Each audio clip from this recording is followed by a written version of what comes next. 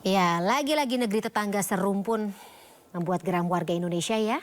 Kemudian atau kasus yang berikut ini adalah dugaan penjiplakan begitu lagu Mars Patriotik Halo Halo Bandung dan menggantinya dengan lirik Halo Halo atau Halo Kuala Lumpur. Meski sudah diunggah di laman YouTube sejak 2020 lalu, tapi baru sekarang diketahui oleh publik Indonesia. Sejumlah upaya klarifikasi juga telah dilaksanakan oleh pihak perwakilan pemerintah Indonesia di Malaysia. Dan kalau Anda pernah melihat tayangannya di YouTube, mungkin Anda antara mengelus dada atau mungkin mengutuk begitu, ikut marah bersama dengan sesama netizen lainnya. Dan apa yang sebenarnya bisa kita lakukan terutama dari atau langkah yang dialamatkan oleh pemerintah. Kita hadirkan narasumber yang berkompetensi untuk membahasnya. Ada musisi legendaris Tjandra Darusman yang juga merupakan pegiat hak kekayaan intelektual dari ranah musik terutama. Dan kami masih juga menunggu kehadiran anggota Komisi 10 DPR Republik Indonesia Andreas Hugo Pareira untuk bergabung bersama dengan Pak Tjandra malam hari ini. Pak Tjandra, selamat malam, saya sapa terlebih dahulu. Selamat malam, apa kabar? Baik, baik. Sebelum kita membahas terkait dengan isu ini begitu atau insiden ya kita bisa sebut begitu. Dari kacamata Pak Tjandra, lagu Hello Kuala Lumpur ini bentuknya plagiarisme, penjiplakan seperti apa? Kalau dari ini ya, apa sih namanya nadanya begitu? Ya, saya rasa tidak terlalu sulit untuk mengatakan bahwa memang lagu itu sama ya, yang Halo Halo Bandung dengan Halo Kuala Lumpur. Jadi bisa dikatakan ya penjiplakan gitu ya, karena nadanya sama ya, tapi syairnya dirubah sedikit ya sana sini. Jadi boleh dikatakan penjiplakan lah gitu. Oke, dari kacamata Haki berarti apa saja ketentuan hukum atau sanksi yang bisa dikenakan begitu? Ya, sebenarnya sih kalau rezim haki ya, dalam hal ini hak cipta ya, salah satu ranting dari haki, itu ada masa perlindungan. Ya, masa perlindungan itu kalau dalam lagu itu sepanjang hidup si pencipta, ditambah lagi sekarang 70 tahun. Sebelumnya undang-undang sebelumnya 50 tahun. Jadi kita langsung saja kalau kasus ini, Halo Halo Bandung kan diciptakan oleh almarhum Ismail Marzuki ya. Dan Ismail Marzuki itu meninggal atau wafat tahun 1958. Nah, kalau itu ditambah 50 tahun berdasarkan undang-undang yang lama, maka tahun 2008 tidak lagi memperoleh perlindungan hak cipta. Gitu. Itu kedudukan hukumnya sekarang. Oke, berarti koreksi saya kalau saya salah, status dari Halo Halo Bandung sekarang seperti apa Pak Tjandra? Sudah milik masyarakat. Sudah milik masyarakat. Public domain, ya. Ketika, walaupun demikian, nama Ismail Marzuki tetap melekat di lagu tersebut. Itu namanya hak moral gitu. Jadi kalau kita langsung kaitkan dengan penggunaan oleh negara tetangga, ya secara hukum nggak bisa dituntut ya, karena walaupun kedua negara itu anggota dari konvensi internasional harus saling melindungi, tetapi sebagaimana saya katakan tadi, karena sudah lewat masa perlindungan hak ciptanya, maka secara hukum tidak bisa dituntut lagi. Oke, bahkan sejak tahun masa berlaku hak ciptanya atau ya tadi yang hak yang kita punyai berakhir kapan, Pak Tjandra? 2008 karena 1998 Ismail Marzuki wafat, tambah 50 tahun sampai 2008. Sampai 2008. Dan ya, kebetulan sudah lewat masa pelindungannya, sudah lewat. Walah, kebetulan 2020 begitu muncul ini lagunya, baru kita ketahui 2023. Jadi, tapi kita berhak marah Pak Tjandra. Ya begini ya, gimana ya, ini kan sudah berkali-kali, tadi kan Mbak mengatakan ada kasus lagu lain, terus ada seni budaya lain yang diambil atau diklaim negara tetangga itu, ya justru ini kita nggak bisa tarik napas aja gitu ya. Ini udah menandakan bahwa ya memang nggak kreatif itu negara tetangga itu. Ada. Nah, tapi kita tidak punya kekuatan hukum Pak untuk menuntut mereka atau siapapun pembuatnya nanti bisa kita tuntut untuk ya dihukum, disanksi pidana. Nggak bisa ya, karena tadi ya rezim hak cipta itu memiliki batas waktu pelindungan gitu. Yang saya katakan tadi, kalau sekarang seumur hidup pencipta lagu plus 70 tahun sudah dinaikkan. Tapi yang kasus Ismail Marzuki sudah lewat masanya. Iya, nggak bisa berlaku surut juga ya Pak Tjandra. Sayang sekali. Ya kita nggak apa-apa, tapi kita berhak marah begitu. Ini masuk dalam lagu nasional begitu. Even haki tersebut juga berlaku untuk lagu yang kita bisa sebut sebagai lagu nasional. Ya, bisa. Oh, sayang sekali. Baik, Pak Chandra, tapi kan Anda merupakan Ketua Umum Federasi Serikat Musisi Indonesia atau FESMI dan kebetulan pernah menekan kerjasama bersama dengan Malaysian Artists Association atau Asosiasi Artis Musik Malaysia, begitu. Ya, betul. Apakah hal-hal seperti ini juga jadi salah satu kesepakatan MOU begitu? Ya, saya koreksi sedikit bahwa sejak bulan lalu Ketua FESMI, Federasi Serikat Musisi Indonesia, sekarang adalah Yofi Widianto. Oh, ya, sekarang Mas saya Yofi. hanya pembina saja. Tapi betul sekali, informasi lengkap nih, hebat nih MNC. Bahwa kita FESMI itu membuat perjanjian kerjasama dengan namanya di sana karyawan ya, yaitu Serikat Musisi Malaysia. Dalam konteks kalau ada band Malaysia yang muncul yang mentas di Indonesia atau band Indonesia yang mentas di Malaysia, kalau ada permasalahan kita saling membutuhkan pihak yang bisa memberikan informasi yang akurat di lapangan on the ground gitu ya. Jadi kita membuat perjanjian untuk saling menukar informasi yang akurat bila terjadi suatu permasalahan oleh band masing-masing negara di tempatnya mereka gitu. Tapi soal lagu nggak ada ya Pak ya? Soal lagu bisa saja. Tapi dalam hal ini kan sudah jelas kedudukan hukumnya kan, tidak bisa dipermasalahkan. Jadi nggak masuk ke dalam hal yang perlu pengaturan selanjutnya. Mungkin begini ya, kita bisa melihatnya bahwa ini suatu reminder juga, peringatan buat Indonesia segera menyelesaikan namanya Pusat Data Lagu dan Musik. Apa itu Pusat Data Lagu dan Musik? Itu adalah database atau pusat data dari semua lagu-lagu Indonesia oleh orang Indonesia. Jadi kalau ada database itu yang masih terus dibangun, maka dengan mudah sekali kita bisa mengecek bahwa lagu siapa punya siapa dan ciptaan siapa gitu.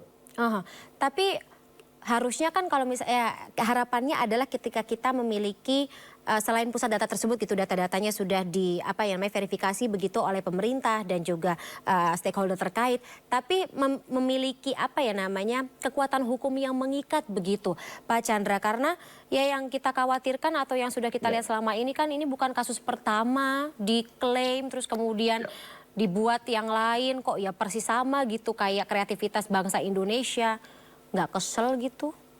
Ya, jadi ini bagus sekali. Jadi diskusi kita ini bisa berkembang ke arah lain, yaitu sedang dirundingkannya suatu perjanjian pelindungan folklore. Ya, folklore itu adalah karya budaya masing-masing negara. Walaupun sudah lewat masa hak ciptanya, itu sedang dibuat perjanjian bagaimana cara melindungi folklore dari masing-masing negara. Jadi kalau misalnya lagu Halo Bandung bisa kita masukkan dalam kategori folklore yang masa hak cipta selesai, maka kalau perjanjian itu sudah jadi, maka bisa kita permasalahkan secara hukum nantinya. Baik, folklore. Dan perjanjian ini sedang berlangsung di tingkat internasional di World Intellectual Property Organization yang mudah-mudahan tahun depan akan menelurkan suatu perjanjian internasional dalam bidang folklore. Nice to know. Indonesia dan Malaysia masuk ke dalamnya, Pak? Ya, jadi begini, itu kan di level perjanjian internasional ya, di lembaga PBB. Kalau itu sudah setujui, maka masing-masing negara harus meratifikasi menjadi anggota dari konvensi itu. Dan bentuk ratifikasinya bisa bisa dijadikan semacam perjanjian bilateral antar dua negara, begitu ya? Kita harapkan seperti itu. Secara otomatis. Ya. Oke, baik. Saya masih awam, Pak Chandra, terkait dengan folklore. Apa saja jenis lagu atau jenis musik yang bisa kita masukkan begitu dalam folklore tadi?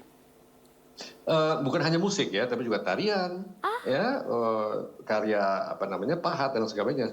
Hal-hal yang bersifat tradisional lah ya, istilahnya folklore, ekspresi budaya tradisional gitu, EBT, termasuk ya musik, lagu. Gitu.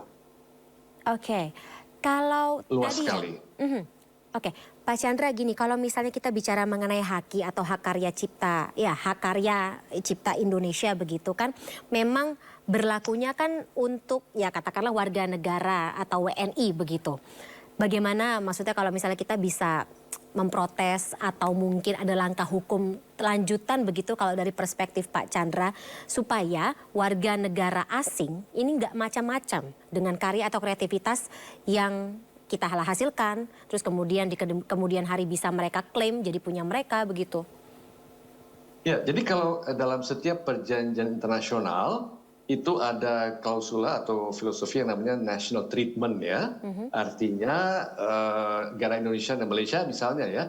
Jadi kita punya kewajiban untuk melindungi karya Malaysia dan sebaliknya karya Indonesia harus dilindungi di Malaysia juga. Nah, jadi kalau saya bilang tadi perjanjian traditional knowledge atau folklore tadi itu disepakati tahun depan oleh WIPO, maka Indonesia, Malaysia yang menjadi nanti anggota dari konvensi itu harus saling melindungi.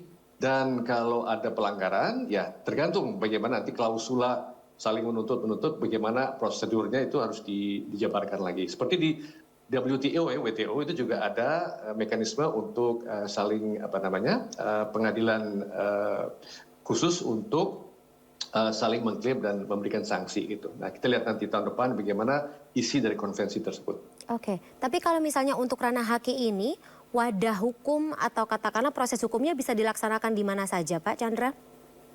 Belum ditentukan ya. Kalau di konvensi hak cipta WIPO itu tidak disediakan, tapi di WTO, di TRIPS itu disediakan dan pengadilannya atau forumnya itu di Jenewa sana. Di Swiss, Jenewa. Oh my God, oke, berarti masuk dalam sebuah persidangan atau langkah arbitrase nasional internasional begitu ya, Pak Chandra? Ya itu lain lagi, itu kalau arbitrase itu lain lagi, tapi kalau yang TRIPS itu di persidangannya di Jenewa. Baik, Pak Chandra. Yang saya dapat informasi juga dari KBRI, kemudian juga Kemendikbud sendiri akan melaksanakan langkah hukum begitu untuk mencari sosok di balik pencipta lagu, pencipta lagu, kemudian juga yang bikin kontennya begitu, yang kemudian mengunggah di akun YouTube. Tapi lagi-lagi saya harus konfirmasi, kita garis bawahi sama-sama, hakinya sudah berakhir begitu terkait dengan lagu Halo Halo Bandung, sehingga langkah hukum tidak bisa kita jalankan? Sepanjang yang saya tahu demikian halnya, karena tadi itu masa pelindungannya sudah habis gitu, jadi nggak ada kekuatan hukum itu. Tapi mungkin KBRI atau Dikbud punya kiat-kiat lain ya di luar hukum yang saya kurang pahami, kurang kuasai, siapa tahu gitu ya. Oke, baik Pak Chandra, tapi menurut Bapak sendiri ini perlu menjadi sebuah pengingat atau evaluasi juga begitu untuk pemerintah Indonesia? Karena ya lagi-lagi ini bukan kasus pertama yang kita alami begitu terkait dengan negara tetangga. Ya ini kan semakin membenarkan atau semakin membuktikan bahwa ada negara yang kurang kreatif ya dan kurang percaya diri. mungkin terlalu terpesona begitu dengan kreativitas yang kita punya terkait dengan karya seni mungkin Pak Chandra ya. Kita harapkan seperti itu deh. Sampai dijiplak melulu, diklaim terus begitu. Baik, emosi jadinya kita. Baik, Pak Chandra, saya ingin tanya lagi terkait dengan tadi. Kalau misalnya untuk konten di YouTube begitu, ini bisa kita mintakan untuk di take down? Ya, di YouTube itu memang ada prosedur di mana kalau ada lagu yang belum diklarifikasi hak ciptaannya atau diurus, itu ada fasilitas dari YouTube yang disediakan oleh YouTube. Kita mengajukan suatu permintaan agar konten itu diturunkan, di take down. Ya. Tetapi sebagaimana kita ketahui, itu cyberspace kan luas banget ya. Jadi kalau take down di satu tempat, muncul lagi di tempat lain. Nah ini memang peraturan di Kominfo ini harus diperkuat lagi dengan istilah take down and stay down gitu ya. Turunkan ke bawah, tetap di bawah gitu istilahnya. Nah ini perlu perangkat teknologi yang lebih canggih lagi dan perlu diatur lagi agar supaya nggak turun di sini muncul di sana gitu. Diturunkan lagi dimuncul di tempat lain. Cyberspace kan tak terhingga ya itu wilayah. Tapi misalnya dengan alasan yang simpel membuat kegaduhan pun ini juga bisa menjadi alasan kita untuk men-take down sebuah konten kan Pak Chandra? Tergantung kalau klaim kita untuk take down itu dikabulkan oleh YouTube ya bisa gitu. Oke, baik. Pak Chandra, kita bicara lagi mengenai tadi haki begitu, pelaksanaan haki di Indonesia. Apa-apa saja yang menurut Pak Chandra ini perlu ada upgrade begitu, perlu ada perbaikan, terutama terkait dengan perlindungan karya musik? Ya, kalau hak cipta itu kan sekumpulan hak ekonomi, ada 9 hak ekonomi ya, yang bersifat diatur oleh negara Indonesia ya, Undang-Undang Hak Cipta tahun 2014 nomor 28. Yang sekarang sedang terus dibicarakan dan terus ditata adalah pengumpulan royalti dari pemakaian lagu di tempat-tempat publik secara komersial ya. Dan ini sedang diperbaiki terus pengumpulan royalti yang dilaksanakan oleh Lembaga Manajemen Kolektif Nasional. Dalam era digital ini memang banyak hal-hal yang perlu diatur kembali agar supaya si pencipta lagu, kalau lagunya digunakan di tempat umum secara komersial itu mendapat hak yang wajar gitu. Jadi masih banyak PR kita untuk memperbaiki tata kelola pengumpulan royalti, walaupun terus meningkat, ya terus meningkat dari tahun ke tahun. Pengumpulan royalti yang dibayar oleh para pengguna, ya antara lain TV, radio, ya tempat-tempat hiburan, konser itu semua potensi luar biasa, tapi belum maksimal untuk dikumpulkan. Baik, baik Pak Chandra. Untuk dari atau apa ya namanya? Tapi lagi-lagi haki ini masuk ke dalam wilayah Kemenkumham begitu. Untuk apa ya namanya? Sanksi begitu atau kekuatan hukum yang mengikat ini, apakah juga bisa membuat efek jera orang-orang yang terlibat di dalamnya? Kalau kita bicara penegakan hukum ya memang itu masih suatu tantangan di Indonesia ya. Bukan hanya di haki, bukan hanya di hak cipta, tapi semua bidang. Tapi sanksinya udah jelas di undang-undang ya, ada sanksi pidana maupun perdata, juga ada denda, ada kurungan badan, itu semua tertulis di undang-undang. Nah, implementasinya yang perlu kita konsekuen gitu. Nah, kalau bicara implementasi hukum di Indonesia ini, maka kita semua punya jawabannya ya, yang sama ya, dan terus perlu kita tingkatkan. Baik, baik. Pak Chandra, selama Anda berkiprah begitu dan juga tentu saja apa ya namanya sampai sempat menjabat sebagai ketua FESMI begitu, tentu saja banyak insiden penjiplakan musik begitu, karya seni musik. Biasanya berakhir seperti apa, Pak? Biasanya itu diselesaikan antara pihak gitu ya, para pihak gitu ya, nggak sampai ke pengadilan ya, jarang ya, karena pengadilan memakan waktu lama ya, dan juga tenaga, pikiran, biaya dan lain sebagainya ya. Oleh karena itu, saya dengan kawan-kawan di Badan Arbitrase Mediasi Haki itu ingin menggalakkan forum mekanisme penyelesaian kasus hak cipta secara mediasi dan arbitrase. Dan baru saja kemarin ini kita bertemu dengan Mahkamah Agung ya, Pak I Gusti Agung. Beliau mendukung sekali diaktifkannya BAM HKI ini, Badan Arbitrase Mediasi Haki, agar kasus-kasus itu bisa diselesaikan secara cepat tanpa harus menggunakan jasa pengadilan. Karena menurut beliau itu setiap tahun Mahkamah Agung menerima 15.000 kasus dan tidak semua bisa diselesaikan. Nah, kalau ada badan arbitrasi ini mungkin bisa membantu pressure, tekanan agar supaya kasus-kasus itu bisa selesai tidak harus oleh pihak Mahkamah Agung, tapi dengan mediasi arbitrase. Baik, kalau misalnya lembaga atau katakanlah institusi begitu, ya menurut Pak Chandra saat ini sudah ada atau ya kita belum tahu atau perlu ditambah. Kalau misalnya menyangkut atau menangani permasalahan yang sejenis seperti kasus saat ini, tapi pelakunya melibatkan warga negara asing, perlukah kita buat? Dan sudah ada, yaitu arbitrase internasional ya, sudah ada. Namanya apa, Pak? Dan juga arbitrase internasional. Arbitrase internasional. Dan lagi tempat saya sempat bekerja yaitu di WIPO itu ada arbitrase di Singapura yang bisa menyelesaikan atau menerima kasus-kasus internasional gitu. Dan itu adalah jasa yang disediakan oleh PBB, oleh World Intellectual Property Organization, yang forumnya atau mekanisme persidangannya lah atau mediasi arbitrase ini bisa dilaksanakan di Singapura dan tersedia mediator dan arbitrase untuk menangani kasus-kasus antar negara maupun juga antar swasta. Baik, baik. Baik Pak Chandra, kita ya kita harapkan sih sebenarnya walaupun sebenarnya selalu akan ada kemungkinan begitu mengingat pengalaman yang sudah-sudah entah kenapa negeri jiran negara tetangga ini ada aja ya kasusnya atau insidennya begitu. Tapi kita harapkan mungkin dengan komunikasi yang lebih terintegrasi kita bisa meminimalisir melihat ya kejadian yang sama, insiden yang sama terulang lagi begitu. Pak Chandra, terima kasih sekali sebelumnya saya ucapkan atas insight-nya yang sangat dalam begitu dalam Sindo Prime malam hari ini begitu.